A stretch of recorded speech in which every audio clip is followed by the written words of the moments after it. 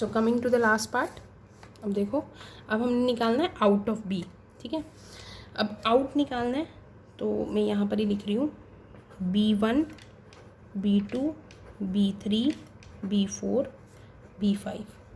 तो मैंने आपको आउट निकालने के लिए ये फॉर्मूला बताया था, out of B is equal to in of B minus kill of B union of gen of B, right.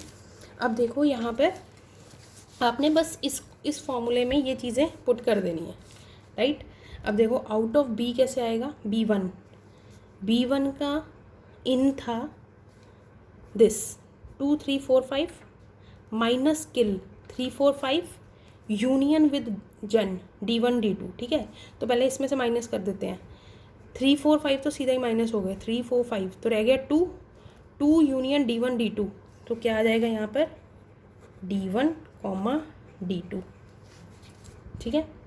ये है आउट निकाल रहे हैं यहाँ पर हम। फिर आ गया B2। अब B2 में देखो D1 2 3 4 5 माइनस क्या आएगा D1, तो D1 इसमें से कैंसिल, क्या रह गया 2 3 4 5 यूनियन दिस तो D3, तो ये आ गया D2, D3, D4, D5, right.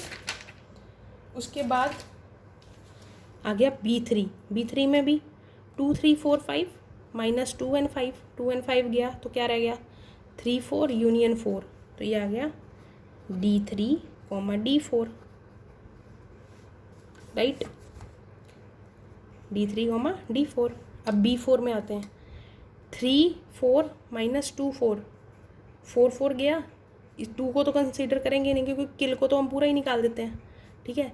तो क्या रह गया 3 यूनियन 5, तो ये आ गया D3 D5, ठीक है। और लास्ट में है 5, तो 5 में क्या आ जाएगा 3 4 5 माइनस किल माइनस 5 है, तो क्या रह जाएगा D3 D4 D5। So in calculating the out is far easy than calculating in gen and किल।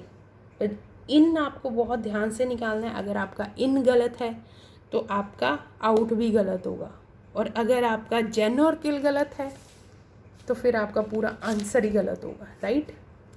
तो आपको ये हर एक पार्ट थोड़ा ध्यान से निकालना है। आउट को तो सीधा फॉर्मूले में आप पुट करो और आउट कैलकुलेट कर लो, राइट।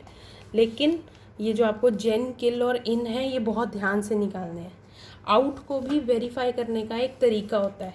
आउट में देखो जो हमने डेफिनेशन पढ़ी थी वो क्या पढ़ी थी आउट की डेफिनेशन थी set of definitions reaching the point just after last statement of B. इसका मतलब ये लास्ट तक पहुंचने के बाद जो भी स्टेटमेंट आएंगी वो सारी स्टेटमेंट्स आउट ऑफ बी में आएंगी। अब देखो एक वेरीफाई करके बताती हूँ आपको। जैसे B1 है, ठीक है, तो B1 के आउट में क्या आ रहा है D1 और D2 आउट हो रहा है। अगर देखो D3 भी आती है, ठीक है, D3 इसमें इन हुई, मतलब D3 कहाँ आ गई D1 से पहले। ये देखो मैं आपको एक एग्जांपल से बताती हूँ। Like suppose